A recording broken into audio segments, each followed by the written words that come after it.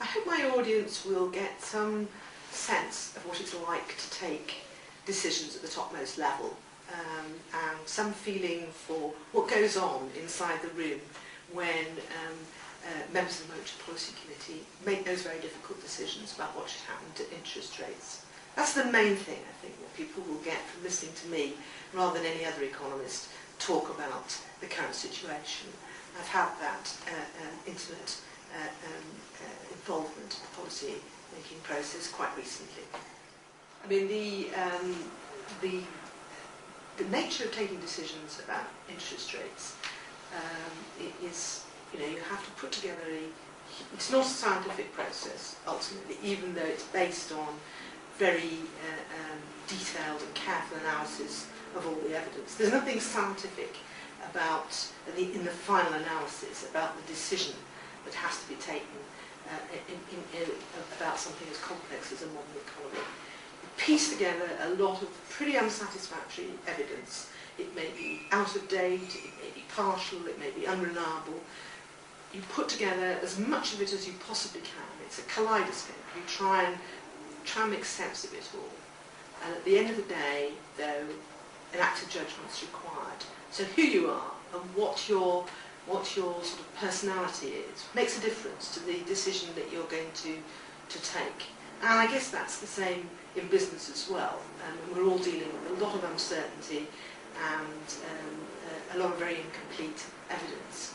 At the end of the day, human beings have a sort of leap of judgment, and an intuition comes into it, and experience and personality, as well as cold facts. The financial crisis that we've been going through since August 2007 is a big deal. It's a major event. It's the biggest financial crisis certainly since the 1930s. It may in the end turn out to be the biggest global financial crisis ever. So, if you're talking about the convulsions in financial markets, this is a pretty extreme event. It's not clear yet what impact it's going to have on the real economy, though. I mean, the connection between financial crisis and the real economy is not precise. It's not tight. There have been financial crises which have really had rather little effect. I don't think this is going to be one of those. I think the way in which the crisis has affected the core of the banking system, the way in which the credit system is frozen, this is going to have quite a major impact on real activity. So we will have a recession. How bad it will be, I think, does remain to be seen. I think policymakers have thrown everything at it. Policy has been, interest rates have been really aggressively cut, particularly since oil prices fell back from last June onwards.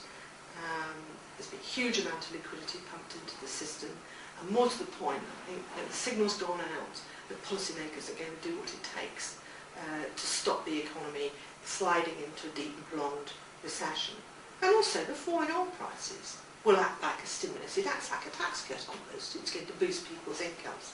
So, there's been some pretty powerful medicine administered, and sometime it will take effect. So we'll see. We'll see how bad the recession is going to be. I think it's had a very big impact on people's sort of psychology there, because it's a very long time since we've had any kind of recession in this country. We've had 16 years when the economy has grown quarter after quarter. Every year the economy has grown by 2.5%, 3%. And, we seem to be living in a new golden age. And that's come to an end now.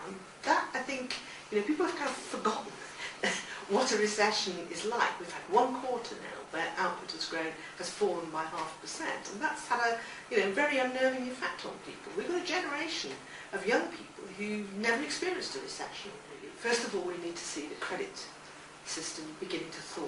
We need to see banks beginning to lend to each other. That's the precursor of them being willing to lend to us again, if you like. I mean, credit has been contracting in the economy. That needs to start to go into to reverse. So getting the credit system going again is absolutely fundamental. I think the other area where you know, there needs to be, we will be looking for the thing to stabilise, but is probably the housing market, which has been falling back very sharply. Those are the two areas. The equity market, you know, it'll turn before the economy turns, but it's not, you know, it isn't quite on the critical path in the way that the credit system is.